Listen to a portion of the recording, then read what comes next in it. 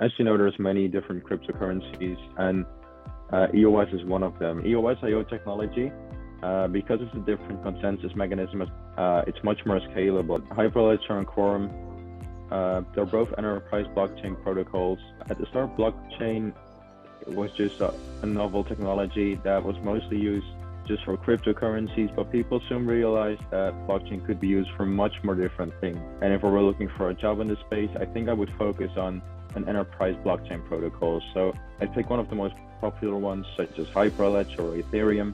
They have pretty good documentation, so I looked through that. Maybe get involved with a low-level project just to get some hands-on experience. Companies are desperately looking for blockchain developers because there's not many people in the space right now. Sure, blockchain is a really interesting space. So if you like the technology, if you want to get more familiar with the stuff, then go ahead. There's a lot to learn.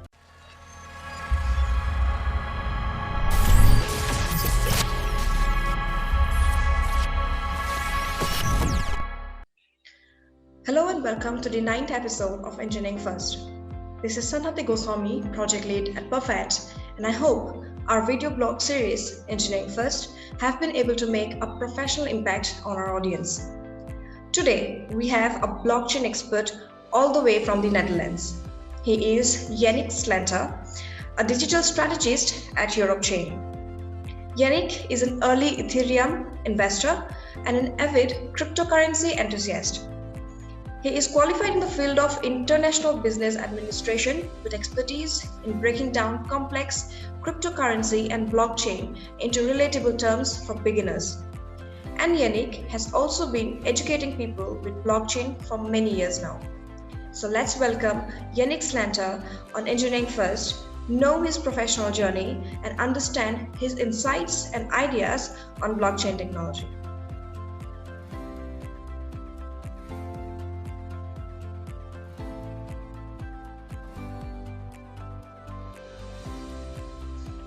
Hey Yannick, how are you? I'm doing good. How about you? I'm good. It's lovely to have you on Engg-First. So welcome on Engg-First. We're really glad to have you on here. Yeah, thank you. Let's start with knowing about your professional journey. Also tell us something about your remarkable experiences and challenges in your work life so far. Sure. So when I first started, I just learned about Bitcoin and I just wanted to learn a little bit more about it, about Ethereum. And as I learned more about it, I started to realize that this technology was around this state. It was really interesting the way transactions were done, the way things were set up, and it was something new, something that hadn't been done before. So I continued reading up on it, learn more about it, and then eventually I knew that I wanted to do something in this sector. I wanted to learn more about it, get more involved. So I started looking for jobs, and I eventually ended up as a community manager for a blockchain company. And that company mostly had blockchain services, and they were active on a couple of different EOS IO blockchains, and most notably EOS. I'm not sure if you're familiar with the cryptocurrency.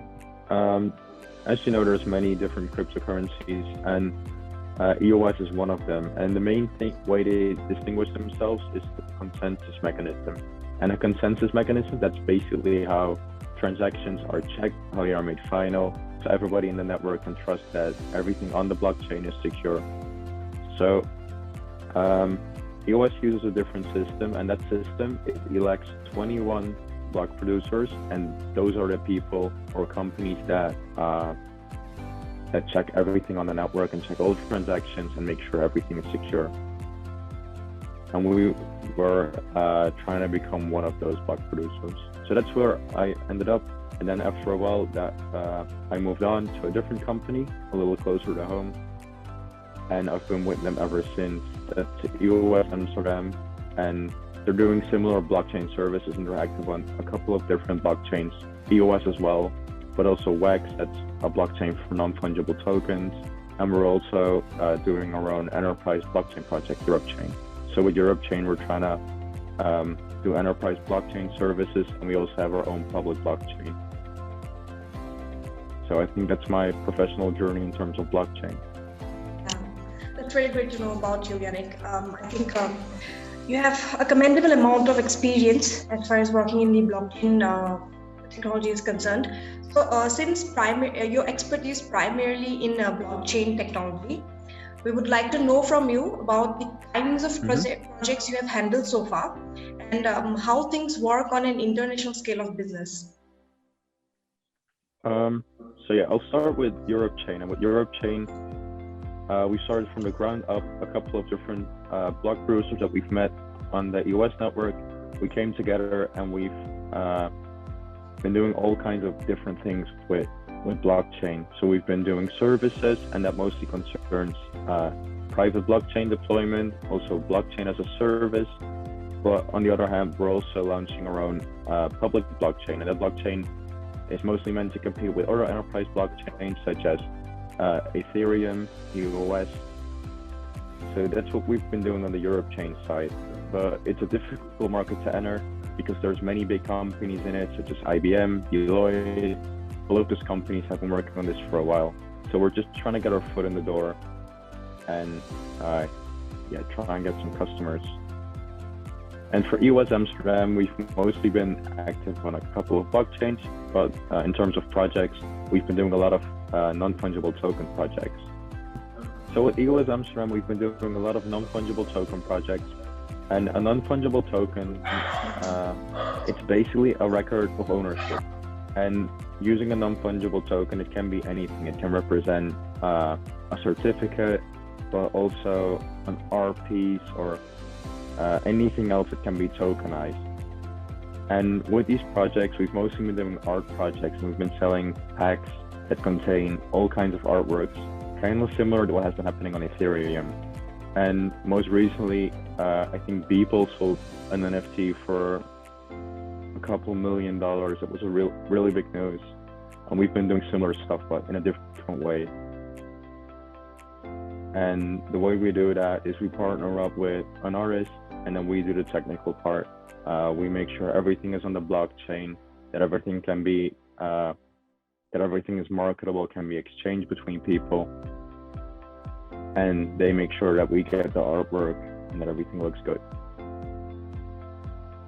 Okay, that's really great, Yannick. I think you have given us very good points about it. So when you talk about projects like non-fungible token projects and using blockchain as services and in public sector, are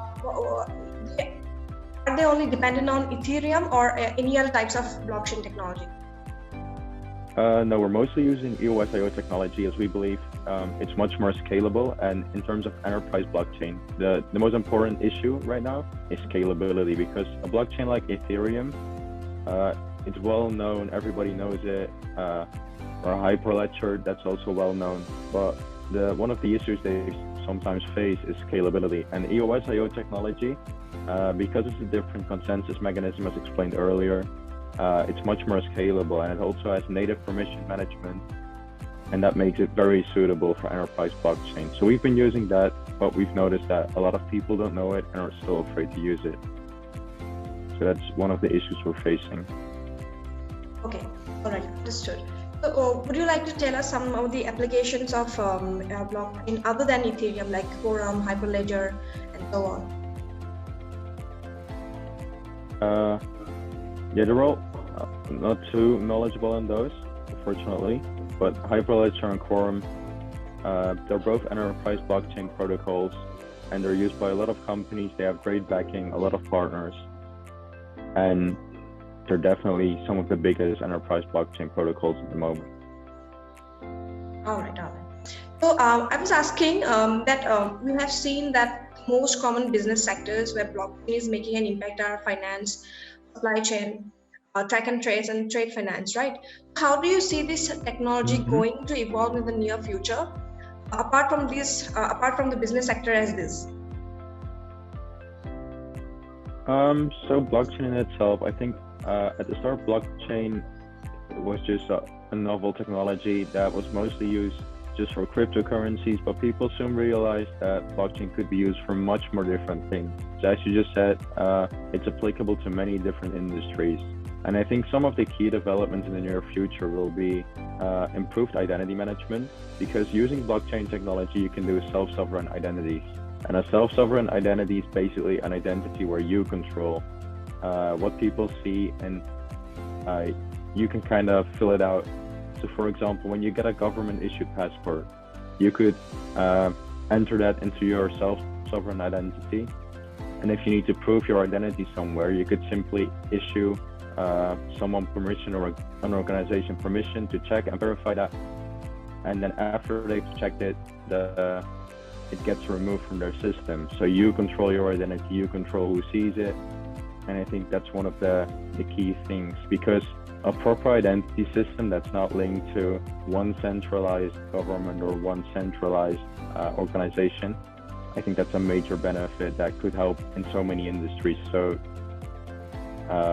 in real estate, filling out your identity stuff can get really complex. It can take a lot of time, and in many different industries, anywhere where you would need an identity, I think that could be a major benefit. And also in supply chain, for example, blockchain can make a major difference by providing transparency, making the whole process more efficient, more traceable.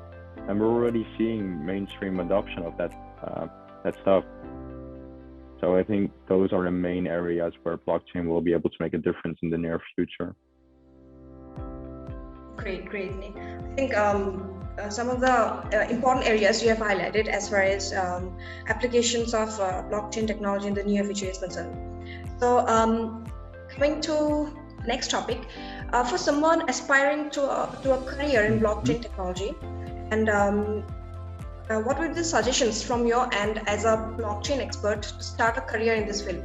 I mean, you can talk in terms of A, skills to focus on, B, what kind of projects they should undertake, and see what kind of courses are available in the market to learn this technology, and things as such. Basically, the approach of learning this technology. So, yeah, it's difficult to get started in my opinion, because it's such a new technology. So many different blockchain protocols are coming and going. So if I were to start at this moment with blockchain technology, and if we were looking for a job in this space, I think I would focus on an enterprise blockchain protocol. So I'd pick one of the most popular ones, such as Hyperledger or Ethereum. They have pretty good documentation, so I'd look through that, get familiar with that, get to know some people in the space, maybe get involved with a low-level project just to get some hands-on experience. Because right now there's no great courses available. Just talk to some more people and also check on which direction do you want to go. Because as an engineer, I think there is a major shortage of people that know how to program and how to develop things for blockchain technology. And as the technology is growing, there will be a much bigger demand for it. And we're already seeing it. Companies are desperately looking for blockchain developers because there's not many people in the space right now. Solid programming background, and then get more familiar with the technology for their documentation, some small courses that they have. And that should be a good point to start. Great. It's a great suggestion I think you have given out to our student audience. Well, thank you so much. And lastly, I would like to send out a message to our audience.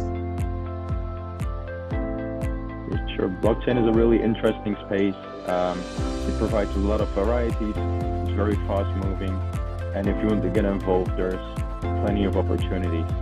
So if you like the technology, if you want to get more familiar with the stuff, then go ahead. There's a lot to learn and a lot that can be done. Yes, that's a great message, Yannick. So thank you for coming on Engineering First. We are really glad to have you on platform. No problem. Yeah, thank you. Have a nice day. I hope you enjoy the interview. Yeah, have a nice day as well. Bye-bye. Bye-bye. If you loved watching this episode with Yannick Slenter and that you think it's helpful to you if you're thinking of a career in blockchain technology, then please like this video, share it with your friends and colleagues, and motivate the entire community of engineers.